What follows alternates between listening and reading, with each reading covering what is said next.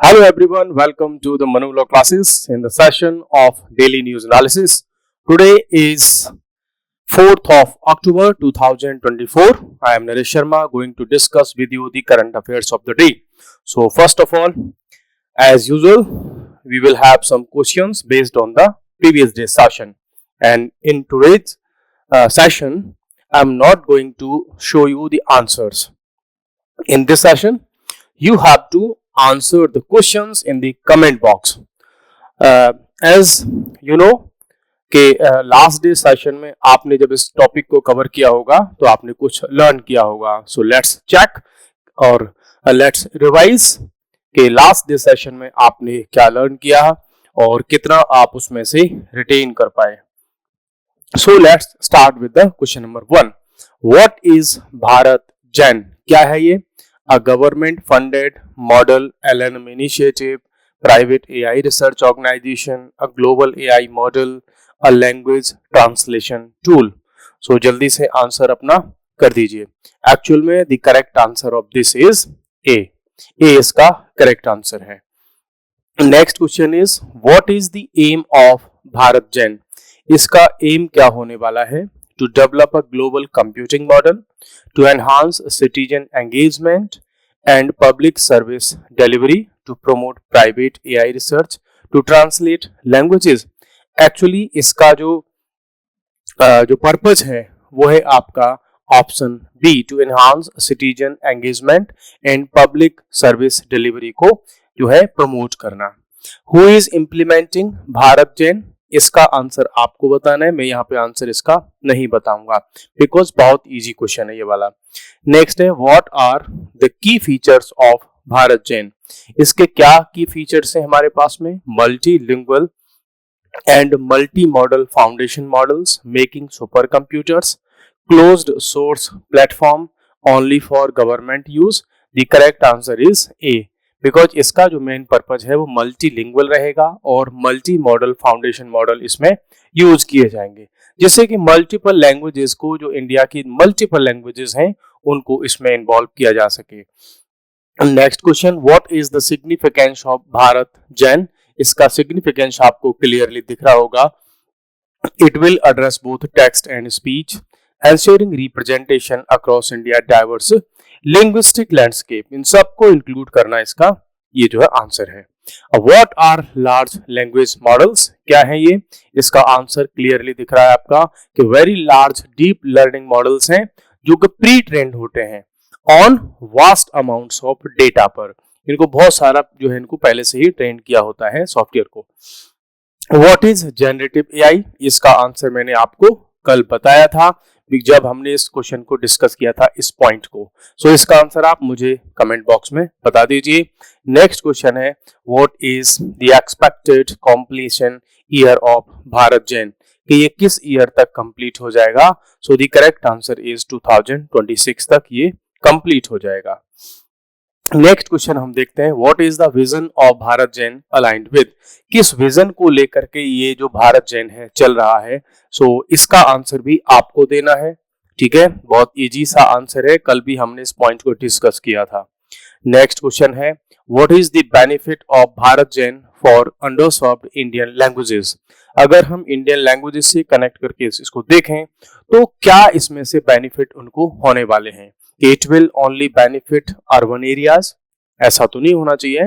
It will democratize AI access across government, education, private sectors. Yes, this is the correct answer because ये जो objective है, जो project है, ये किसी एक पर्टिकुलर मीन्स एक सिंगल ऑब्जेक्टिव को लेकर के नहीं चल रहा है. और गवर्नमेंट के जो प्रोजेक्ट्स होते हैं मोस्टली वो एक लार्ज स्केल लेवल पर हम कहें या लार्जर पब्लिक इंटरेस्ट को लेकर के हमेशा वर्क करते हैं. सो दैट्स वाई वैसे भी आप ऐसे क्वेश्चंस के आंसर देख सकते हैं. नेक्स्ट हमारे पास में है टुडेज करंट अफेयर जीके. अब हम इन पॉइंट्स को डिस्कस कर लेते हैं. क्या है ये? इंडिया के, मैं अगर बात करूं कि इंडिया की आफ्टर इंडिपेंडेंस हिस्ट्री में एक बहुत बड़ा मीन्स लीप फॉरवर्ड, एक बहुत बड़ा स्टेप है, बिग स्टेप है, prime ministers internship scheme in top companies. अभी होता क्या है कि लोग 10th 12th ITI polytechnic BTech या और भी मल्टीपल कोर्सेज करके जब अपनी जो स्टडी को फिनिश करते हैं तो वो सर्च करते हैं जॉब सर्च करने जब जाते हैं तो उनको मोस्ट ऑफ द कंपनीज मांगती हैं उनसे एक्सपीरियंस। अब एक्सपीरियंस होता नहीं है, वो फ्रेशर होते हैं। फ्रेशर को लोग जो कंपनीज हैं वो हायर नहीं करना चाहती बिकॉज उनको ट्रेनिंग देनी होती है। अब सबको चाहिए एक्सपीरियंस्ड कैंडिडेट्स, एक्सपीरियंस्ड एम्प्लॉइज। ये एक बड़ी प्रॉब्लम आती है और इंडिया में असली जो प्रॉब्लम है, real problem between the demand of the employment and the supply of the employees, इसमें एक बहुत बड़ा गैप है। वो गैप क्या है कि जो कैंडिडेट अभी स्टडी करके बाहर आए, स्टडी करके जब बाहर आए और यहाँ पर ये आपकी कंपनी है जहां इनको जॉब चाहिए, इन्होंने जो स्टडी की वो थ्योरेटिकल थी, इनको चाहिए यहाँ पे प्रैक्टिकल। इसके बीच में एक बड़ा गैप होता है, इसीलिए इनको क्या नहीं मिलता, एम्प्लॉयमेंट नहीं मिलता। प्रैक्टिकली इनके पास में नॉलेज नहीं होती, एक्सपीरियंस नहीं होता। अब क्या होने वाला है, ये जो प्राइम मिनिस्टर्स इंटर्नशिप स्कीम है, इसके लिए इन्होंने एक अलग से पोर्टल बनाया है। और जैसे कि मैं आपको दिखा देता हूं, ये रहा आपका वो पोर्टल, ये पोर्टल है आपका। इस पोर्टल पर जैसे ऐसे मानिए आप, ये एक पोर्टल हो गया पीएम ये इंटर्नशिप स्कीम वाला, ये पोर्टल हो गया। यहां पर यूथ जो होगा अपना रजिस्ट्रेशन कराएगा। यहां पर बहुत सारी कंपनीज होंगी जो अपने आप को इसके थ्रू कनेक्ट रखेंगी। मींस आपने इस एक पोर्टल पर अप्लाई किया, अब इस पोर्टल पर जो डेटा होगा वो कंपनीज उसको एक्सेस करेंगी और अपनी पसंद के इन लोगों को, जो कैंडिडेट्स हैं, इनको क्या देंगी, ये इंटर्नशिप की अपॉर्चुनिटी देंगी। इंटर्नशिप क्या लगभग ऐसे है कि ऑन जॉब ट्रेनिंग। तो ये जो कंपनीज हैं इस सेम पोर्टल से सबको हायर करेंगी जो जो इनके रिक्वायरमेंट का होगा। अभी तक प्रॉब्लम क्या थी कि अगर मींस ABC मल्टीपल कंपनीज हैं इंडिया में, multi thousands of lakhs of companies हैं, सबको कुछ ना कुछ जॉब रिक्रूटमेंट की आवश्यकता होती है। बट न तो उनको पता होता कि कौन लोग बहुत अच्छे हैं, न जो कैंडिडेट्स होते हैं उनको भी पता नहीं चलता कि कौन सी कंपनी में वैकेंसी चल रही है। अब क्या होगा, एक सिंगल प्लेस पर आप अप्लाई करो, अपना रजिस्ट्रेशन कर दो और जो कंपनीज हैं आपका डेटा चेक करके वो आपको हायर कर लेंगी इंटर्नशिप की अपॉर्चुनिटीज के फॉर्म में। अब इसमें जितने दिन वो कंपनी में वर्क करेंगे उतने टाइम का 1 ईयर का इनको क्या मिलेगा, कुछ पेमेंट भी मिलेगा इंटर्नशिप के टाइम पे। इट मींस इनको जैसे ही इनका एजुकेशन फिनिश हुआ तुरंत की तुरंत उनको एक जॉब मिल गई जो कि एक्सपीरियंस ट्रेनिंग। अब उन्हीं में से वो कंपनी क्या करेंगी, अपने पास उन अच्छे कैंडिडेट्स को परमानेंटली हायर कर लेंगी। सो दोनों का ही इसमें अच्छा खासा बेनिफिट है। इससे हम कह सकते हैं कि around 1 lakh youngsters joining the one on the job training exercise by December 2। तो आने वाले 2 दिसंबर तक अराउंड 2 लाख पीपल को इसमें ये जॉब मिल जाएगी। pminternship.mca.gov ये इनकी वेबसाइट है। इसमें जो यूथ के लिए एज लिमिट रखी गई है वो 21 ईयर टू 24 ईयर्स को इसमें रखा गया है। रजिस्ट्रेशन 12 अक्टूबर से इसके स्टार्ट हो जाएंगे। अब क्या क्या इसमें होने वाला है, देखो एक चीज और कि सबसे पहले तो ये जान लो कि कुछ लोग ऐसे हैं जिनके लिए ये स्कीम नहीं है। जिनके लिए नहीं, कौन, पोस्ट ग्रेजुएट लोगों के लिए नहीं है। Children of regular and permanent employees, अगर कोई पर्सन एम्प्लॉई है किसका, सेंट्रल गवर्नमेंट का या स्टेट गवर्नमेंट का, उनके बच्चों के लिए ये स्कीम नहीं है। ग्रेजुएट्स फ्रॉम प्रीमियर इंस्टीट्यूशंस, जैसे कि आपने CA कर लिया, CS कर लिया, MBBS कर लिया, IIT से, IIM से, ऐसी इंस्टीट्यूशन से अगर आपने प्रीमियर कोर्सेज कर रखे हैं तो ये आपके लिए नहीं है। दूसरा, ये जो इंटर्नशिप होगी granted to candidates who have passed, क्या पास किया उन्होंने, हाई स्कूल पास कर लिया हो, हायर सेकेंडरी स्कूल पास किया हो, ठीक है, ITI इंडस्ट्रियल ट्रेनिंग इंस्टीट्यूट से सर्टिफिकेट अपना कर लिया हो, पॉलिटेक्निक में उन्होंने कोई कोर्स किया हो, या फिर ग्रेजुएट डिग्री वाले हो गए जैसे BA, BCA, BBA, B pharma, BSc, ऐसे बहुत सारे के लोगों को इसमें क्या मिल जाएगी, इंटर्नशिप की अपॉर्चुनिटी मिल जाएगी। अब जो अनएम्प्लॉयड यूथ हैं वो अपने आप को, चाहे वो मीन्स ऑनलाइन एजुकेशन ले रहे हो, डिस्टेंस एजुकेशन से स्टडी कर रहे हो, सब के सब इसके लिए एलिजिबल होंगे। अब any skill, apprenticeship, internship, student training program, union या स्टेट गवर्नमेंट के अंडर में अगर कोई कैंडिडेट पहले से ही ऐसे किसी प्रोग्राम में एनरोल्ड है तो उसको भी यहाँ पर फॉर्म अप्लाई नहीं किया जाएगा। मींस ये एक बहुत बड़ी अपॉर्चुनिटी हो गई जो इंडिया में अनएम्प्लॉयमेंट की प्रॉब्लम है। आई होप कि it will be solved up to a certain level, और एक बड़े लेवल पर इसको हमें सॉल्व होती हुई दिख रही है। नेक्स्ट आज हमारे पास में एक न्यूज और है, और ये सुप्रीम कोर्ट का अपना कमेंट है कि caste based discrimination in Indian prisons. होता क्या है, देखो जो सुप्रीम कोर्ट ने अपना एक वर्डिक्ट दिया है, अपना एक ऑर्डर दिया है सेंट्रल गवर्नमेंट को कि भाई आप क्या करो कि प्रिजन्स के अंदर जो कास्टिज्म चल रहा है, कास्ट बेस्ड डिस्क्रिमिनेशन चल रहा है, इसको आप बंद करो। ठीक है, क्या है पूरी कहानी इसके पीछे की, कि जब कोई पर्सन या वो अंडर ट्रायल हो या उसको पनिशमेंट मिल चुका हो, इट मींस वो कन्विक्टेड हो, ऐसे केसेस में जब वो जेल में जाते हैं तो उनके लिए एक रजिस्टर मेंटेन होता है। उस रजिस्टर में ही कई बार क्या होता है, कास्ट कॉलम होता है। मींस वहां उसकी कास्ट लिखी जाती है कि वो किस कास्ट का है। अब इन कास्ट के बेसिस पर ही उनको अंदर क्या मिलता है, वर्क मिलता है, कास्ट के बेसिस पर। ठीक है, सपोज करो आप ए कास्ट के हैं तो आपको खाना बनाने का काम मिलेगा। आप बी कास्ट के हैं, आपको जो शौचालय वगैरह हैं, लेट्रिन वगैरह हैं, उनको साफ करने का काम मिलेगा। आप किसी सी कास्ट से हो सकता है आपको गार्डनिंग का काम मिले। ठीक है, ऐसे मल्टीपल जो वर्क्स होते हैं उसके अंदर वो कास्ट के बेसिस पर मिलते हैं। और ये किसकी वजह से हो रखा है, ये जो कास्ट का सेग्रीगेशन है, ये एक्चुअली में बिकॉज रजिस्टर अगर मेंटेन हो रहा है कास्ट के बेसिस पर, वो भी प्रिजन में, तो इट मींस ये जो डिस्क्रिमिनेशन है इसके लिए रिस्पॉन्सिबल है स्टेट, जो कि क्लियरली वायलेट करता है आर्टिकल 15 को। जो आर्टिकल 15 क्या कहता है, there shall be no discrimination based on caste, sex, religion, place of birth. इनके बेसिस पर कोई डिस्क्रिमिनेशन नहीं किया जाएगा, लेकिन ये तो सब कुछ डिस्क्रिमिनेशन स्टेट के द्वारा ही किया जा रहा है, क्योंकि स्टेट जो प्रिजन होते हैं उसमें जो स्टाफ होता है वो सब गवर्नमेंट का होता है और वही इन चीजों को करवाते हैं।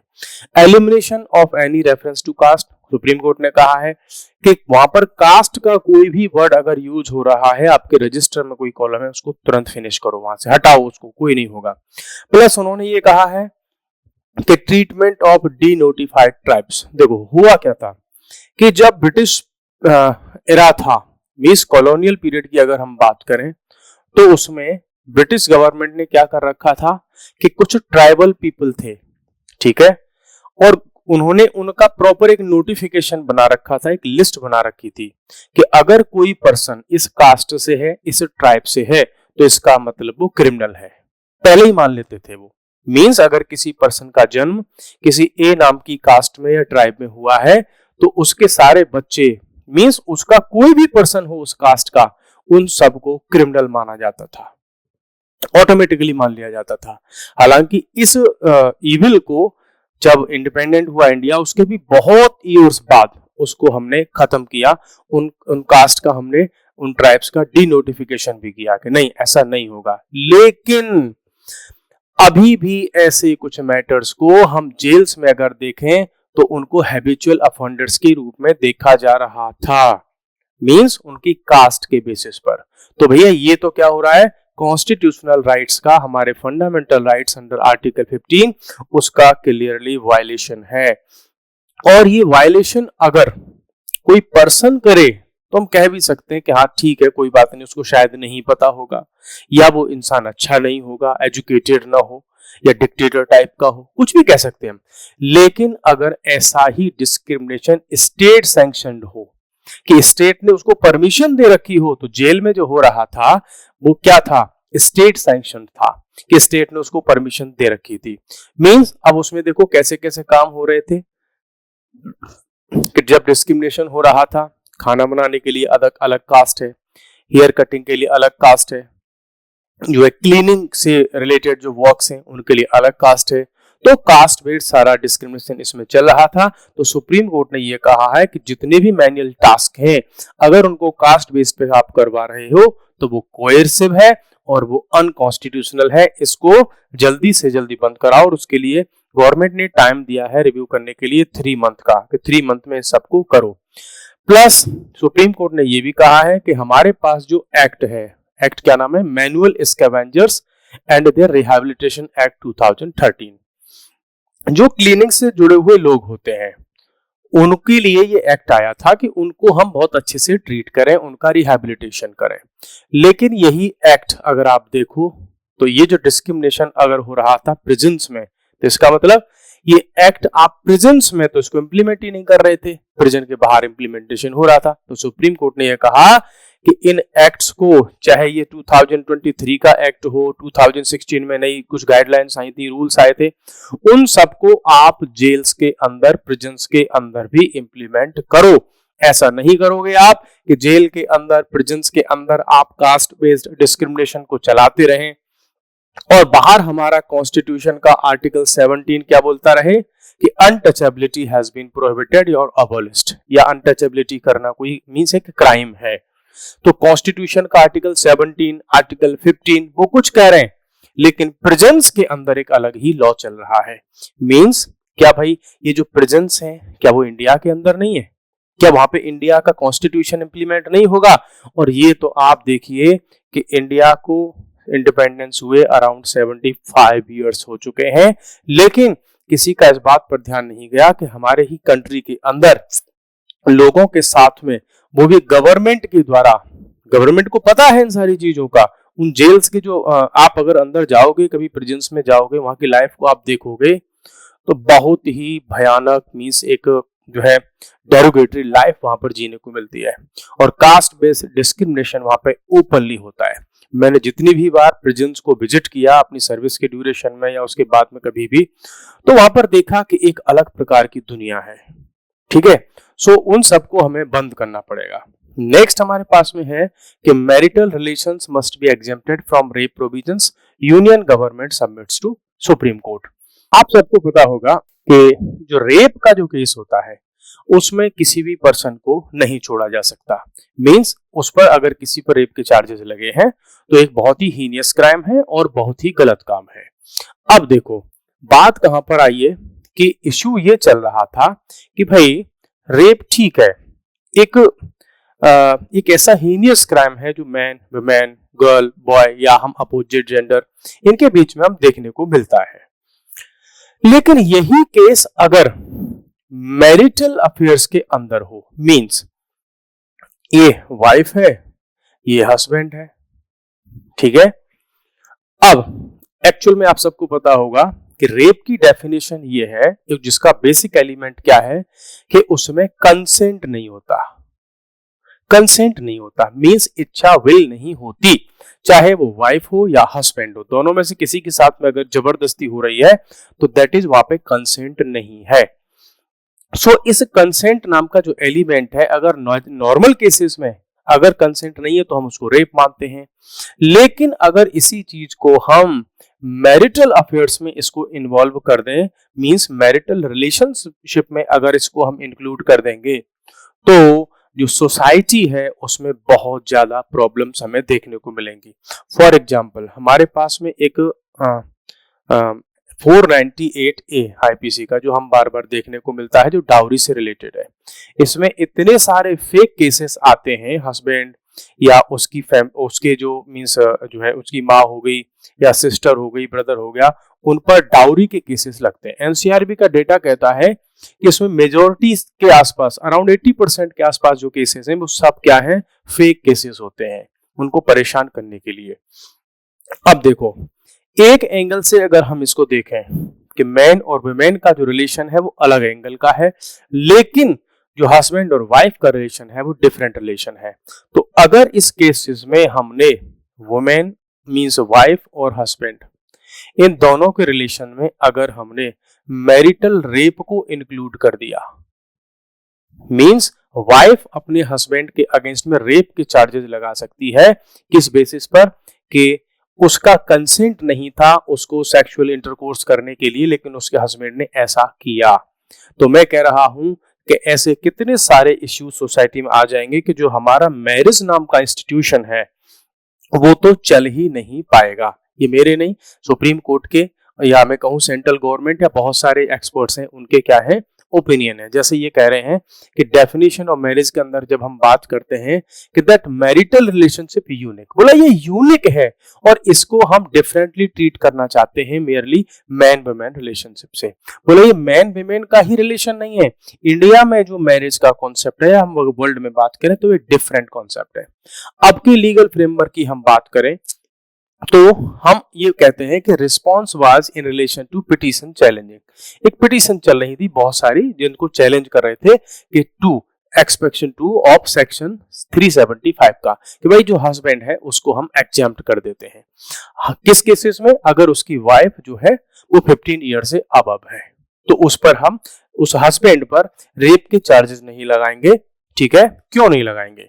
इसके पीछे लॉजिक क्या है? देखो, एक्सपेक्टेशन ऑफ सेक्सुअल एक्सेस। देखो जब मैरिज होती है तो ये नेचुरल सी बात है, इससे कोई भाग नहीं सकता, इसको हम झुठला नहीं सकते कि गवर्नमेंट ने क्लेम किया है कि there exist an expectation of reasonable sexual access, चाहे वो वाइफ हो या हस्बैंड हो, कोई भी हो, उनकी एक्सपेक्टेशन होती है दोनों से ही किसके लिए? सेक्सुअल एक्सेस के लिए बिटवीन स्पाउसेस। यहाँ पर हस्बैंड कह दो या वाइफ कह दो, दोनों को ये इतना जो एक्सपेक्टेशन दोनों की ही एक दूसरे से होती है और which justifies a legal distinction between marital and non marital non consensual acts. Means अगर नॉर्मल मैन वुमेन की हम बात करें वो अलग मैटर हो गया, लेकिन यहाँ पर जब हस्बैंड और वाइफ की बात आ रही तो दोनों की अलग कुछ एक्सपेक्टेशंस होती हैं और जो मैरिज का इंस्टीट्यूशन होता है उसमें अलग एक्सपेक्टेशंस होती हैं दोनों की ही। हाँ, कंसर्न अबाउट पीनल रिकॉर्ड्स, यहाँ पर सेंट्रल गवर्नमेंट का ये भी कहना है कि ऐसा नहीं है कि अगर मैरिज हो गई तो हम जो वाइफ का कंसेंट है उसको हम बिल्कुल भुला दें कि नहीं अब उसके कंसेंट की कोई वैल्यू ही नहीं रहेगी। नहीं, उसकी वैल्यू है कि हाँ अगर वाइफ का कंसेंट नहीं है तो नो मींस नो, यस हाँ होना चाहिए। बट एक चीज हमको ये देखनी होगी कि नॉर्मल मैन और वुमेन का रिलेशन और हस्बैंड और वाइफ का रिलेशन, उन दोनों ही केसेस में, केस ए में कि मैन और वुमेन का रिलेशन, केस बी में हस्बैंड और वाइफ का रिलेशन, इन दोनों को हमें डिफरेंट एंगल से देखना होगा कि जो कि रियलिटीज हैं। और फ्यूचर में जितने भी हमें लॉ बनाने होंगे इस चीज को ध्यान में रखना होगा कि वो हस्बैंड और वाइफ हैं। अगर हस्बैंड के अगेंस्ट में इस तरीके के सेक्सुअल जो है इंटरकोर्स करने पर रेप के चार्जेस अगर लगना स्टार्ट हो गए तो हमारी जो मैरिज इंस्टीट्यूशन है जिसको हम 7 जन्मों का साथ कहते हैं वो बहुत बुरी स्थिति में पहुंच जाएगी। इतने सारे लिटिगेशंस हमें देखने को मिल सकते हैं कि आप सोसाइटी में, हमारे लीगल सिस्टम में, हमारा क्रिमिनल जस्टिस सिस्टम है उसमें आप उनको हैंडल नहीं कर पाओगे। ठीक है, तो अभी सेंट्रल गवर्नमेंट का ये इंस्टांस है कि हस्बैंड को हमें मैरिटल रेप से सेव करना होगा मैरिज के रिलेशनशिप में। हाँ, अदर जो मैटर हैं उसमें हम किसी भी मैन को सेव नहीं करना चाहते, उसमें जो करेगा सो भरेगा। मींस उन सबको जो भी होगा वो अक्यूज्ड होगा, उसको लिटिगेशन होगी और उसकी प्रोसीडिंग्स होंगी, पनिशमेंट मिलेगा। लेकिन जो हस्बैंड है उसके लिए हमें एक्सेप्शन रखना होगा। हम इंडिया की सोसाइटी हैं, अगर हम इस सोसाइटी को यूरोप की सोसाइटी या हम जो है यूएसए की सोसाइटी में कन्वर्ट कर देंगे कि जहां पर मैरिज इतनी फ्रेजाइल है कि मौसम की तरह, ना तो वहां पर ये पता होता कि कल मौसम कैसा होगा और ना ही ये पता होता कि कल पत्नी हमारी होगी या नहीं होगी। जबकि इंडियन सिस्टम में क्या है कि ये एकदम क्लियर होता है कि हाँ आज जिससे हमारी मैरिज हो गई वो एंड ऑफ द लाइफ तक, मींस लाइफ का जब तक एंड होगा तब तक यही हमारी वाइफ रहेगी, हस्बैंड रहेगा। ये सोच करके हमारे इंडिया में मैरिज सिस्टम जो है चलता है। सो इस पर अभी सेंट्रल गवर्नमेंट का ये स्टांस था। बाकी देखते हैं इसमें क्या नए नए चेंज कोई आए नहीं आए, सेंट्रल गवर्नमेंट का और कोई स्टांस चेंज हो या सुप्रीम कोर्ट का स्टांस चेंज हो या जो एकेडमिशियंस हैं, एडवोकेट्स हैं, जो जूरिस्ट हैं, जो एक्सपर्ट्स हैं, उनके क्या इस पर आइडियाज आते हैं वो आए तो हम देखेंगे इसको।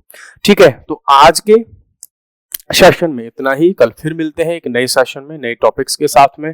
तब तक के लिए बाय बाय, टेक केयर।